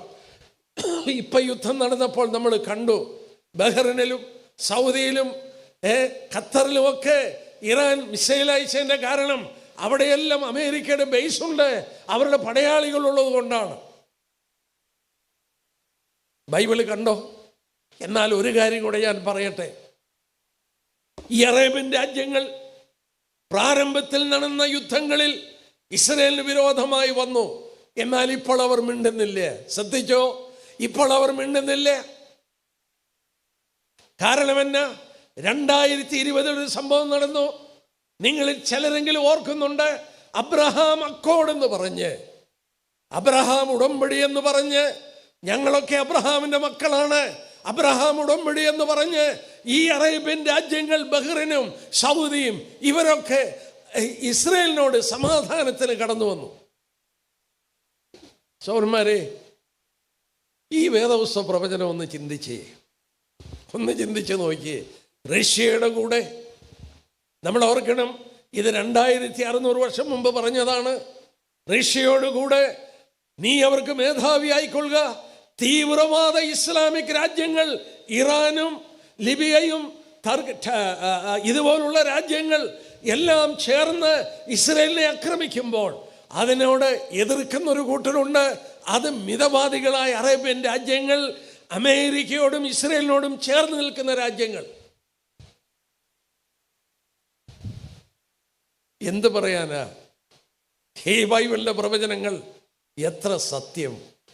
എന്നാൽ വളരെ ഗൗരവമായി ഇന്ന് രാത്രി ഞാൻ ഓർപ്പിക്കട്ടെ, ഞാനും നിങ്ങൾ ജീവിക്കുന്ന ഇന്ന് എസെക്കിയേൽ 38 എടുത്താട്ടെ, ഞാനും നിങ്ങൾ ജീവിക്കുന്ന ഇന്ന് ഈ പ്രവചനം നിവർത്തിക്കപ്പെടുവാൻ, എൻ്റെ സഹോദരന്മാരെ, എന്നെ കേൾക്കുന്ന പ്രിയപ്പെട്ടവരെ, 2600 വർഷം മുമ്പ് രേഖപ്പെടുത്തി വച്ചു. ഇൻ ദ ലേറ്റർ ഡേയ്സ്, അന്ത്യകാലത്തിൽ ഇത് നടക്കും. ഈ രാഷ്ട്രീയ ചേരികൾ ആയിക്കഴിഞ്ഞു. ആർക്ക് പറയാൻ കഴിയും? ജീവിതത്തിൽ ലോകരാജ്യങ്ങൾ ഇങ്ങനെ ചേരിതിരിയുമെന്ന് ആർക്ക് പറയാൻ കഴിയും? 2600 വർഷം മുമ്പ് നാം വിശ്വസിക്കുന്ന ദൈവം, ജീവനുള്ള ദൈവം, നമുക്ക് വേണ്ടി വെളിപ്പെടുത്തി തന്നിരിക്കുകയാണ്. എന്തിനാ നമുക്ക് വെളിപ്പെടുത്തിയത്? നാം ഇവിടെ ഇല്ലല്ലോ. കാര്യങ്ങളെ വിലയിരുത്തി നമ്മുടെ കർത്താവ് വരാറായി എന്നുള്ളത് ഗ്രഹിക്കാൻ വേണ്ടി നമുക്ക് ഭാഗ്യം തരികയാണ്. ഇസ്രയേലിനെ ഇവർ ആക്രമിക്കും. ഇനിയത്തെ യുദ്ധത്തിൽ റഷ്യയുടെ നേതൃത്വത്തിൽ ഇറാനും, ഞാൻ ഓർപ്പിച്ച പോലെ എത്യോപ്യ, സുഡാൻ, ലിബിയ, അതുപോലെ ടർക്കി മുതലായ രാജ്യങ്ങൾ, തീവ്രവാദ ഇസ്ലാമിക് രാജ്യങ്ങൾ, അസർബൈജാൻ, ടർക്കിമിസ്ഥാൻ, ഉസ്ബെക്കിസ്ഥാൻ മുതലായതെല്ലാം ഇസ്ലാമിക് രാജ്യമാണ്. ആ രാജ്യങ്ങളെല്ലാം കൂടെ ചേർന്ന് ഇസ്രയേലിനെ ആക്രമിക്കും. റഷ്യയുടെ കൂടെ ആദ്യം വരുന്നത് ഇറാനായിരിക്കും. അവരാക്രമിക്കുമ്പോൾ അതിനോട് എതിർക്കുന്നത് നമ്മൾ കണ്ടതുപോലെ ബ്രിട്ടീഷുകാരും അതിൻ്റെ പുറകിൽ അമേരിക്കക്കാരും ഈ അറേബ്യൻ രാജ്യത്ത് പാർക്കുന്ന ഇന്ന് കാണുന്ന സൗദി, ഒമാൻ, UAE, ഖത്തർ മുതലായ രാജ്യങ്ങൾ അവരോട് ചേർന്ന് നീ കൊള്ളയിടുവാനാണോ വന്നതെന്ന് പറഞ്ഞ് എതിർക്കും. വലിയ സൈന്യവുമായിട്ടാണ് വരുന്നത്. റഷ്യ ആയിരിക്കും അവരുടെ നേതാവ്. 2 അധ്യായങ്ങൾ ദൈവം അതിനു വേണ്ടി മാറ്റിവെച്ചു. 2 അധ്യായങ്ങൾ. എന്നാൽ ഞാൻ പറയട്ടെ, ഇവർ ഇസ്രയേലിനെ ആക്രമിക്കുമ്പോൾ ദൈവം തന്നെ യുദ്ധം നടത്തും. നോക്കിയാട്ടെ 13-ാം വാക്യം, 38-ന്റെ 18 ഇസ്രായേൽ ദേശത്തിന് വിരോധമായി ഗോഗ് വരുന്ന അന്നാളിൽ എൻ്റെ ക്രോധം എൻ്റെ മൂക്കിൽ ജ്വലിക്കും.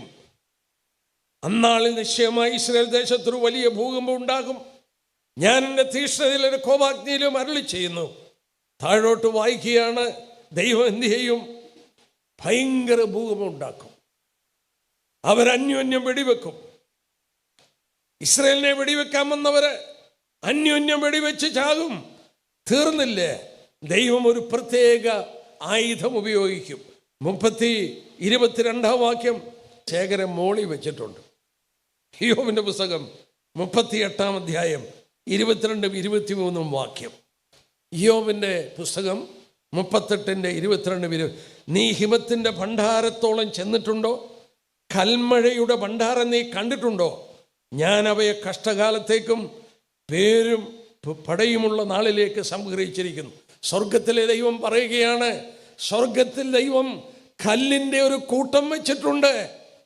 ഇവിടെയൊക്കെ പിള്ളേർ കല്ല് കൂട്ടി വെച്ച ചെറിയത്തില്ലയോ? അതുപോലെ ദൈവം സ്വർഗത്തിൽ കൽക്കൂന വെച്ചിട്ടുണ്ട്. ആ കൽക്കൂന എന്തിനാണെന്നാ പറഞ്ഞത്? കഷ്ടകാലം. യാക്കോബിന് കഷ്ടകാലം. കഴിഞ്ഞ രാത്രി നമ്മൾ വായിച്ചു യോബിന്റെ പുസ്തകം യെരമ്യാ 30-7 യാക്കോബിന് കഷ്ടകാലം. ആ കഷ്ടകാലത്തേക്ക് ഇത് സൂക്ഷിച്ചിരിക്കുകയാണ്. ഈ റഷ്യയോട് കൂടെ ഈ സൈന്യങ്ങൾ വരുമ്പോൾ സ്വർഗത്തിലെ കിളിവാതിലുകൾ തുറന്ന് ദൈവം ഈ കൽമഴ, ആലിപ്പഴം പുറത്തു നിന്ന് മുകളിൽ നിന്ന് പെയ്യിക്കും. ഞാൻ ചോദിച്ചോട്ടെ, ഏതായുധമാ ഉപയോഗിക്കുന്നത് ഇതിനെതിരെ? ഏതായുധമാ? ഏത് മിസൈല, ഏത് തോക്കാ ഉപയോഗിക്കുന്നത്? അവര് ഇവിടെ ചത്തടിയും. റഷ്യ ചത്തടിയും. നമ്മൾ നോക്കിക്കാട്ടെ, അതിൻ്റെ 39-ാം അധ്യായം നോക്കിക്കാട്ടെ, അതിൻ്റെ 3-ാം വാക്യം. നിന്റെ ഇടം കൈയിൽ നിന്ന് ഞാൻ നിന്റെ വില്ല് തെറിപ്പിച്ച് വലം കൈയിൽ നിന്ന് നിന്റെ അമ്പ് വീഴിക്കും. നീ നിന്റെ എല്ലാ പടക്കൂട്ടുകളും നിന്നോടുകൂടെ ജാതികളും ഇസ്രായേൽ പർവ്വതങ്ങളിൽ വീഴും. ഞാനല്ലോ അത് കൽപ്പിച്ചത്. റഷ്യയും പടയാളികളും ഇസ്രായേലിന്റെ പർവ്വതങ്ങളിൽ വീഴും, നശിക്കും. അവരെ അടക്കം ചെയ്യാൻ എത്ര നാളെടുക്കുമെന്നറിയാമോ? 12-ാം വാക്യം നോക്കിയേ. ഇസ്രായേൽ ഗൃഹം അവരെ അടക്കം ചെയ്ത് തീർന്ന ദേശത്തെ വെടിപ്പാക്കാൻ 7 മാസം വരും. 7 മാസം എടുക്കും ഇവരുടെ ശവങ്ങൾ എടുത്ത് കുഴിച്ചിടാൻ. താഴോട്ട് വായിക്കുമ്പോൾ ഒരു കാര്യം ഞാനൊന്ന് ഓർപ്പിച്ചോട്ടെ. 13-ഉം 14-ഉം ദേശത്തിൽ ജനമെല്ലാം കൂടി അവരെ അടക്കം ചെയ്ത് ഞാൻ എന്നെ തന്നെ മൗത്വീകരിക്കുന്ന നാളിൽ അത് അവർക്ക് കീർത്തിയായിരിക്കുമെന്ന് യഹോവയുടെ കർത്താവ് അരുളി ചെയ്യുന്നു. ദേശമെല്ലാം വെടിപ്പാക്കേണ്ടതിന് അതിൽ ശേഷിച്ച ശവങ്ങളെ അടക്കുവാൻ ദേശത്തിൽ ചുറ്റി സഞ്ചരിക്കുന്ന നിത്യവൃത്തിക്കാരെ നിയമിക്കും. 7 മാസം കഴിഞ്ഞ ശേഷം അവർ പരിശോധന കഴിക്കും. ദേശത്ത് ചുറ്റി സഞ്ചരിക്കുമ്പോൾ അവരിൽ ഒരു മനുഷ്യാസ്ഥി കണ്ടാൽ അതിനരികിൽ ഒരു അടയാളം വെക്കും. അടക്കം ചെയ്യുന്നവർ അത് ഹാമോദ് ഗോഗ് താഴ്വരയിൽ കൊണ്ടുപോയി അടക്കം ചെയ്യും. എന്താ ഈ പറയുന്നത്? ദേശത്ത് ചുറ്റി സഞ്ചരിക്കുന്നവർ, മുനിസിപ്പാലിറ്റിക്കാർ ഒരു ശവം കിടക്കുന്ന കണ്ടു, എടുത്ത് കുഴിച്ചിടത്തില്ല, അവിടെ ഒരു അടയാളം വെക്കും. ഇത് എടുത്ത് കുഴിച്ചിടാൻ പ്രത്യേക ട്രെയിൻഡ് ആയിട്ടുള്ളവർ ഒന്ന് ആ ശവം എടുത്ത് കുഴിച്ചിടും. കാരണം എന്നാ? ഞാൻ വിശ്വസിക്കുന്നു, ഗോൾഡ മേയർ ഓർഡർ കൊടുത്തു ആറ്റം ബോംബ് എടുക്കാൻ. 13 ആറ്റം ബോംബ് എടുത്തതാണ്. അന്ന് മധ്യപൂർവ്വദേശം 13 ആറ്റം ബോംബ് എടുത്തതാണ്. അന്ന് മധ്യപൂർവ്വദേശം ആറ്റം ബോംബ് പൊട്ടിയേനെ. എന്നാൽ സ്ത്രീകളെയും കുഞ്ഞുങ്ങളെയും എല്ലാം കൊന്നുകളയും. അതുകൊണ്ടവർ പരാജയപ്പെടാൻ സമ്മതിക്കില്ലേ. അവരുടെ കയ്യിൽ ആറ്റം ബോംബുണ്ട്. അവസാന യുദ്ധത്തിൽ ആറ്റം ബോംബ് ഉപയോഗിക്കും. നോക്കിയാട്ടെ, സക്കറിയാവ് 14 അതിൻ്റെ 12-ാം വാക്യം. യെരൂശലേമിനോട് യുദ്ധം ചെയ്യുവാൻ സകല ജാതികളെയും യഹോവ ശിക്ഷിക്കുന്ന ശിക്ഷയാവത്, അവർ നിവർന്നു നിൽക്കുമ്പോൾ തന്നെ അവരുടെ മാസം ചീഞ്ഞഴുകി പോകും, അവരുടെ കണ്ണ് തടത്തിൽ തന്നെ ചീഞ്ഞഴുകി പോകും, അവരുടെ നാവ് വായിൽ തന്നെ ചീഞ്ഞഴുകി പോകും. അന്നാളിൽ യഹോവയാൽ ഒരു മഹാഭാവം അവരുടെ ഇടയിൽ ഉണ്ടാകും. എന്താ ഈ പറയുന്നേ? ഈ പറയുന്നൊന്ന് ശ്രദ്ധിച്ചേ. യെരൂശലേമിനോട് യുദ്ധം ചെയ്യുമ്പോൾ നിവർന്നു നിൽക്കുമ്പോൾ മാംസം ചീഞ്ഞഴുകി പോകും. നമുക്കറിയാം, മാംസം ചീഞ്ഞഴുകണമെങ്കിൽ ശവം നിലത്ത് വീഴണം, അടക്കണം, മണ്ണിനോട് ചേരണം, അങ്ങനെ ചീഞ്ഞഴുകും. പക്ഷെ ഇവിടെ പറയുന്നു നിവർന്നു നിൽക്കുമ്പോൾ ചീഞ്ഞഴുകി പോകും. എന്താണെന്ന് ലോകം അറിഞ്ഞില്ലേ? 2ാം ലോകയുദ്ധം. ഹിരോഷിമയിലും നാഗസാക്കിയിലും ആറ്റം ബോംബ് പൊട്ടി. ഹിരോഷിമയിൽ ആറ്റം ബോംബ് ആദ്യം പൊട്ടിയപ്പോൾ 60 മൈൽ ദൂരെ ഒരു വെള്ളക്കാരനുണ്ട്. ആ വെള്ളക്കാരൻ നോക്കിയപ്പോൾ ആകാശത്ത് ഒരു കൂണിൻ്റെ ഷേപ്പിൽ മേഘങ്ങൾ കണ്ടു. ഇതെന്താണെന്ന് താൻ കണ്ടിട്ടില്ല. തൻ്റെ കാറെടുത്തുകൊണ്ട് ഇത് കണ്ട സ്ഥലത്തിലോട്ട് പാഞ്ഞു ചെന്നു. താൻ അവിടെ ചെന്നപ്പോൾ ജപ്പാൻ്റെ ആൻറ്റി എയർക്രാഫ്റ്റ് യൂണിറ്റ്, വിമാനം വെടിവെച്ചിടുന്നൊരു യൂണിറ്റാണ്. 20 പേരിൽ 2 പേരെ ജീവനോടുള്ളൂ. അവരോട് ചോദിച്ചു, എന്താ സംഭവിച്ചേ? അവർ പറഞ്ഞത്, ഞാൻ കുറിച്ചെടുത്തു. വിമാനം വരുന്ന ശബ്ദം കേട്ടു. അടുത്ത് വരട്ടെ എന്ന് കരുതി ഏതാണ്ട് 15,000 അടി കളരത്തിൽ വെച്ച് അവർ ബോംബ് വർഷിച്ചു. 1500 അടി കളരത്തിൽ വെച്ചത് പൊട്ടി. അത് പൊട്ടിക്കഴിഞ്ഞപ്പോൾ ഞങ്ങളുടെ കൂടെ ഉണ്ടായിരുന്നവരുടെ കണ്ണുകളൊക്കെ മെഴുകുപോലെ ഉരുകി കവിൾത്തടങ്ങളിലൂടെ ഒഴുകിപ്പോയി. തലച്ചോറ് പൊട്ടി മുട്ട പൊരിച്ചതുപോലെ പുറത്തു വന്നു. വായില് നാക്കൊക്കെ പുണ്ണുപോലെ പഴുത്ത് പുറത്തു വന്നു. എന്തോ പറ്റിയതാ? Nuclear radiation. ഇവിടെ കണ്ടോ, അവർ നിവർന്നു നിൽക്കുമ്പോൾ മാംസം ചീഞ്ഞഴുകിപ്പോകും, കണ്ണ് തടത്തിൽ അഴുകിപ്പോകും. എസെക്കിയേൽ 38 വായിച്ചു, 39 വായിച്ചു. ഒരു ശവം അവിടെ കിടക്കുന്ന കണ്ടാൽ റഷ്യയുടെ സൈന്യം, ഇസ്രായേലിനെ ആക്രമിച്ച സൈന്യം അവരുടെ ശവം തൊടത്തില്ല. അവിടെ നിത്യ ചുറ്റി നടക്കുന്ന മുനിസിപ്പാലിറ്റിക്കാർ അടയാളം വെക്കും. അവരെ പ്രത്യേകാൽ എടുത്ത്, ന്യൂക്ലിയർ കണ്ടാമിനേഷൻ ഉള്ളത് കൊണ്ട് അവരെ പ്രത്യേകം അടക്കം ചെയ്യും. ഇസ്രായേൽ മടങ്ങി വന്ന് കഴിഞ്ഞു. ഇസ്രായേൽ ഒരു ന്യൂക്ലിയർ രാജ്യമായി കഴിഞ്ഞു. ഇസ്രായേലിനെ തുടച്ചു കളയുവാൻ തീവ്രവാദ ഇസ്ലാമിക് രാജ്യങ്ങൾ ഒരുങ്ങിക്കഴിഞ്ഞു. ദൈവജനത്തിൽ 2600 വർഷം മുമ്പ് പറഞ്ഞ ആ കൂട്ടുകെട്ടുകൾ റഷ്യയോട് കൂടെ ആയിക്കഴിഞ്ഞു. അതിനെ എതിർക്കുന്ന മിതവാദികളായ അറബി രാജ്യങ്ങൾ 2020 അബ്രഹാം അക്കോർഡ് ഒപ്പുവെച്ച് ബ്രിട്ടീഷുകാരുടെയും അമേരിക്കക്കാരുടെയും പക്ഷത്തിലോട്ട് അവരായിക്കഴിഞ്ഞു. എൻ്റെ സഹോദരീസന്മാരെ, ഇനി എന്താ തടസ്സം? തടസ്സം ഇവിടെ ഇരിക്കുന്ന ചിലരായിരിക്കാം. എന്താ കാരണം? നമ്മൾ ആദ്യം വായിച്ചു, ജാതികളുടെ പൂർണ്ണസംഖ്യ ചേരുവോളം യെരൂശലേമിനെ ചവിട്ടും. ജാതികളുടെ പൂർണ്ണസംഖ്യ എന്താണ്? രക്ഷിക്കപ്പെടുന്നവരുടെ സംഖ്യയാണ്. അവസാനമായി ആര് രക്ഷിക്കപ്പെടും, എത്ര പേര് രക്ഷിക്കപ്പെടുമെന്ന് കർത്താവിന് അറിയാം. അതിൻ്റെ അവസാനത്തെ വ്യക്തി ചേർന്ന് കഴിയുമ്പോൾ മധ്യാകാശത്തിൽ കാഹളം ധ്വനിക്കും. നാം അക്ഷരായി രൂപാന്തരപ്പെട്ട് മാറ്റപ്പെടും. അതിൻ്റെ ശേഷമാണ് ഇതൊക്കെ നടക്കാൻ പോകുന്നത്. ഞാൻ വളരെ ഗൗരവമായി എൻ്റെ പ്രസംഗം കൺക്ലൂഡ് ചെയ്യുന്നതിന് മുമ്പ് പറയട്ടെ, ലോക സംഭവം ഒരു കാര്യം വ്യക്തമാക്കുന്നു: യേശുക്രിസ്തു എപ്പം വേണേലും വരാം, എപ്പം വേണേലും വരാം.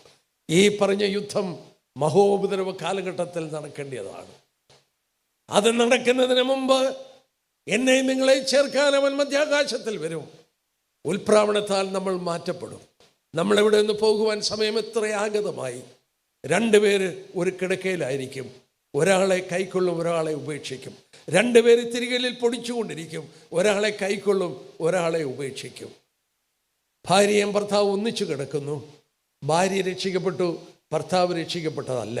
ഭാര്യയെ എടുക്കും, ഭർത്താവ് അവിടെ കിടക്കും. രണ്ടുപേര് ജോലി ചെയ്യുകയാണ്. ഒരാൾ രക്ഷിക്കപ്പെട്ടതാണ്, അരക്ഷിക്കപ്പെട്ട വ്യക്തി എടുക്കും, അല്ലാത്ത വ്യക്തി അവിടെ കിടക്കും. ഇന്ന് രാത്രി നിങ്ങളോട് ചോദിക്കട്ടെ, ആ കാഹളം ഇന്ന് രാത്രിയിൽ ധ്വനിച്ചാൽ നിങ്ങൾ എടുത്തുകൊള്ളപ്പെടുമോ, കൈവിടപ്പെടുമോ? ഈ 3 രാത്രികളിലൂടെ ഈ മീറ്റിംഗ് നടന്നത് ദൈവത്തിന് പറയാനുള്ള കാര്യം പറയുകയായിരുന്നു. നിങ്ങൾക്ക് തിരസ്കരിക്കാം, നിങ്ങൾക്ക് സ്വീകരിക്കാം. ദൈവം ആരെയും നിർബന്ധിക്കത്തില്ല. ഒരുത്തരെൻ്റെ പിന്നാലെ വരുവാൻ ഇച്ഛിച്ചാൽ. ഇവനിമാൻ വില്ലത്ത്, മനുഷ്യനൊരു ഇച്ഛാശക്തി കൊടുത്തു.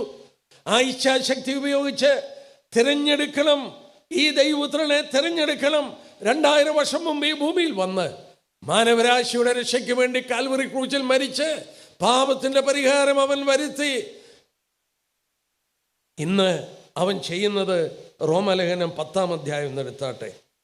ഞാൻ ആ ഭാഗം കൂടെ ഒന്ന് എടുത്തിട്ട് അവസാനിപ്പിക്കാം. റോമാലേഖനം 10-ാം അധ്യായം എടുത്താട്ടെ. അവിടെ രക്ഷിക്കപ്പെടാനുള്ള മാർഗം എന്താണ്? സഭ മാറണോ? വേണ്ട. വേറെ എന്തെങ്കിലും കർമ്മം ചെയ്യണോ? വേണ്ട. പണം കൊടുക്കണോ? വേണ്ട. ഒന്നും ചെയ്യണ്ട. പിന്നെന്താ ചെയ്യേണ്ടത്? രക്ഷ ദൈവത്തിൻ്റെ ദാനമാണ്. രക്ഷ ദൈവത്തിൻ്റെ ദാനമാണ്. ആ ദാനമായി നൽകിയ രക്ഷ ദൈവം വലിയ വില കൊടുത്തിട്ട് ഒരുക്കിയതാണ്. അതുകൊണ്ടാണ് പ്രിയ സഹോദരി പ്രാർത്ഥിച്ചപ്പോൾ ഓർത്തില്ലേ, ഇത്ര വലിയ രക്ഷ ഗണ്യമാക്കാതെ പോയാൽ, ഇഫ് യു നെഗ്ലക്ട്, നിങ്ങളതിനെ നിസാരമായി കരുതിയാൽ എങ്ങനെ രക്ഷപ്പെടും? രക്ഷിക്കപ്പെടാൻ എന്ത് ചെയ്യണം? ആ റോമാലേഖനം 10-ാം അധ്യായത്തിൻ്റെ 9-ാം വാക്യം, യേശുവിനെ കർത്താവെന്ന് വായികൊണ്ട് ഏറ്റുപറയണം. ദൈവനെ മരിച്ചവരിൽ നിന്ന് ഉയർത്തെഴുന്നേൽപ്പിച്ചെന്ന് ഹൃദയം കൊണ്ട് വിശ്വസിക്കുകയും ചെയ്താൽ നീ രക്ഷിക്കപ്പെടും. തീർത്ത് പറയുകയാണ്, നീ രക്ഷിക്കപ്പെടും. എങ്ങനെ? നിന്റെ വിശ്വാസം, നമ്മുടെ ഹൃദയത്തിൽ എന്താണോ വിശ്വസിക്കുന്നത് ആ വിശ്വാസമാണ് വായിക്കൊണ്ട് ഏറ്റു പറയുന്നത്. If I don't have A conviction I cannot confess. ഞാനൊരു കാര്യം ഏറ്റു പറയണമെങ്കിൽ ഞാനത് വിശ്വസിക്കണം. ഞാൻ എന്താ വിശ്വസിക്കേണ്ടത്? ഇവിടെ വായിക്കുന്നത് എന്താണ്?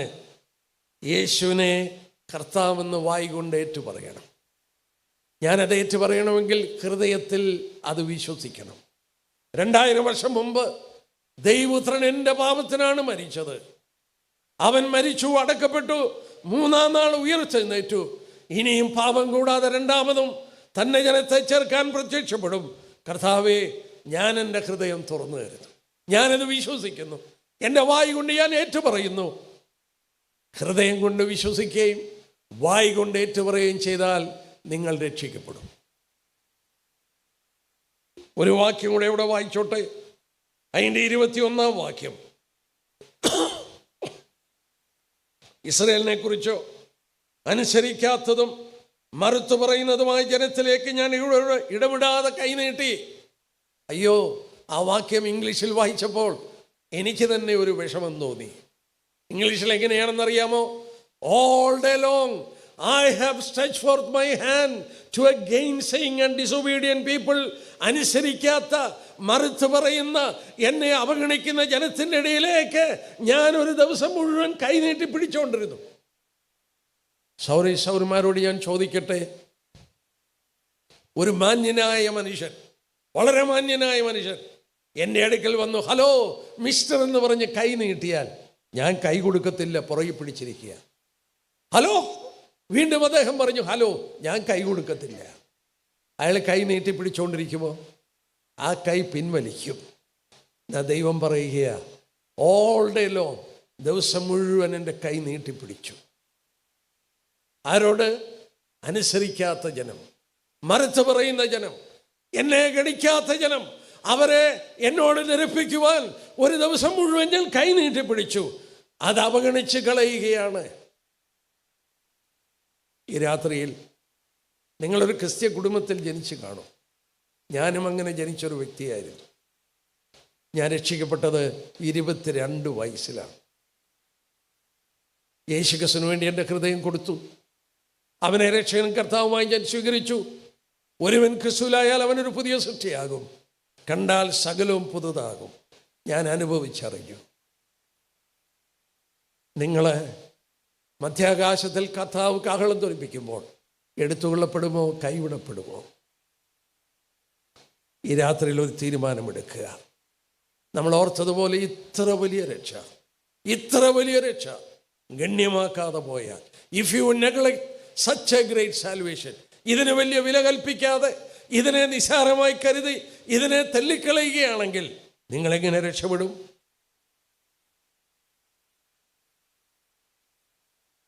ഈ രാത്രിയിൽ നിങ്ങളിരിക്കുന്ന ഇരിപ്പിടത്തിൽ ഇരുന്നു കൊണ്ട് പ്രാർത്ഥിച്ചാൽ മതി. ഞാൻ എൻ്റെ പ്രസംഗം നിർത്തുകയാണ്. ഒരു നിമിഷം ജീവിതത്തിലേക്ക് തിരിഞ്ഞു നോക്കാൻ ഒന്ന് കണ്ണടയ്ക്കാം. ഒരു നിമിഷം. അത് കഴിഞ്ഞേ എല്ലാവരും പോകാവൂ. 1 മിനിറ്റ് നമുക്കൊന്ന് പ്രാർത്ഥിക്കാം. ഈ 3 രാത്രികളിലൂടെ നാം പ്രിയം വെച്ച കർത്താവ് വേഗം വരുന്നു എന്നുള്ളത് തർക്കമറ്റ സംഗതിയായി ബൈബിളിൻ്റെ പ്രവചനങ്ങളെ ആധാരമാക്കി നമ്മൾ കണ്ടു. ഇന്ന് രാത്രിയിലും ഇസ്രയേലിനോടൊരു മഹായുദ്ധത്തിന് ഇറാനും റഷ്യയൊക്കെ കടന്നു വരാൻ പോകുന്നുവെന്നുള്ളത് തീർത്തും വചനത്തിൽ 2600 വർഷം മുമ്പ് പറഞ്ഞത് നമ്മൾ കണ്ടു. അത് നിവർത്തിക്കപ്പെടാൻ കാര്യങ്ങൾ ഒരുക്കി കഴിഞ്ഞു. കർത്താവ് ഒന്നാമത് വന്നത് പാപികളെ രക്ഷിപ്പാനാണ്, പാപത്തിൻ്റെ പരിഹാരം വരുത്താനാണ്. കാൽവറി ക്രൂശിൽ അവൻ്റെ ജീവൻ അവൻ കൊടുത്തത് എൻ്റെ നിങ്ങളുടെ പാപത്തിന് പരിഹാരം വരുത്തുവാൻ. നിങ്ങളുടെ സമീപേ നിന്നുകൊണ്ട് അവൻ്റെ കരം നിങ്ങളുടെ നേരെ നീട്ടിപ്പിടിക്കുകയാണ്. ആ കരം നീട്ടി എന്നോട് നിരപ്പ് പ്രാപിക്കുമോ? നിങ്ങൾക്കത് അവഗണിച്ച് കളയാം, നിങ്ങൾക്കത് സ്വീകരിക്കാം. കർത്താവ് നിങ്ങളെ നിർബന്ധിക്കത്തില്ല, എന്നാൽ നിങ്ങളെ സ്നേഹിക്കുന്നു. ആ സ്നേഹമാണ് ഈ ശബ്ദം വീണ്ടും നിങ്ങളെ കേൾപ്പിക്കുന്നത്. ഇന്ന് രാത്രിയിൽ നിങ്ങൾ ആ ശബ്ദം കേൾക്കുന്നതിൻ്റെ കാരണം നിങ്ങളെ കർത്താവ് സ്നേഹിക്കുന്നു. ഈ സ്നേഹം അവഗണിക്കരുത്, ഈ കൃപയെ അവഗണിക്കരുത്. ഇന്ന് രാത്രിയിൽ നിങ്ങൾ ആരുമായിക്കൊള്ളട്ടെ, നിങ്ങളൊരു തീരുമാനമെടുക്കുക. അവനെ കൈക്കൊണ്ട് അവൻ്റെ നാമത്തിൽ വിശ്വസിക്കുന്നവർക്ക് ദൈവ മക്കളാകുവാൻ അധികാരം കൊടുത്തു. ഹൃദയം കൊണ്ട് വിശ്വസിച്ച് വായ് കൊണ്ട് ഏറ്റുപറഞ്ഞാൽ നീ രക്ഷിക്കപ്പെടും. യേശുവിനെ കർത്താവെന്ന് വിശ്വസിക്കണം. ദൈവനെ മരിച്ചവനിൽ നിന്ന് ഉയർപ്പിച്ചെന്ന് വിശ്വസിക്കണം. ആ കർത്താവിന് വേണ്ടി ജീവിതം കൊടുക്കുമോ? എത്ര സമാധാനം, എത്ര പ്രത്യാശ ജീവിതത്തിൽ ഉണ്ടാകും. നിങ്ങളിരിക്കുന്ന ഇരിപ്പിടത്തിൽ ആ കർത്താവിനോടൊരു വാക്ക് പറയുക: എൻ്റെ കർത്താവേ, എന്നെ ഇന്ന് രാത്രി രക്ഷിക്കണം. അവൻ നിങ്ങളെ കടന്നു പോകില്ല. എൻ്റെ അടുക്കൽ വരുന്നവരെ ഞാൻ ഒരു നാളും ഉപേക്ഷിക്കില്ല. നിങ്ങളുടെ പൊട്ടിയ ശബ്ദമായിരിക്കാം: കർത്താവേ, എന്നോട് കരുണ തോന്നണം, ഞാനൊരു പാപിയാണ്. എത്ര കഠോരമായ പാപമാണെങ്കിലും അവൻ ക്ഷമിച്ച് നിങ്ങളോട് കരുണ കാണിച്ച് നിങ്ങളെ അവൻ്റെ മക്കളാക്കി തീർക്കും, സ്വർഗത്തിന് അവകാശികളാക്കി തീർക്കും. ഈ രാത്രിയിൽ നിങ്ങൾക്കൊരു തീരുമാനമെടുക്കുവാൻ ദൈവം ഒരു അവസരം തരികയാണ്.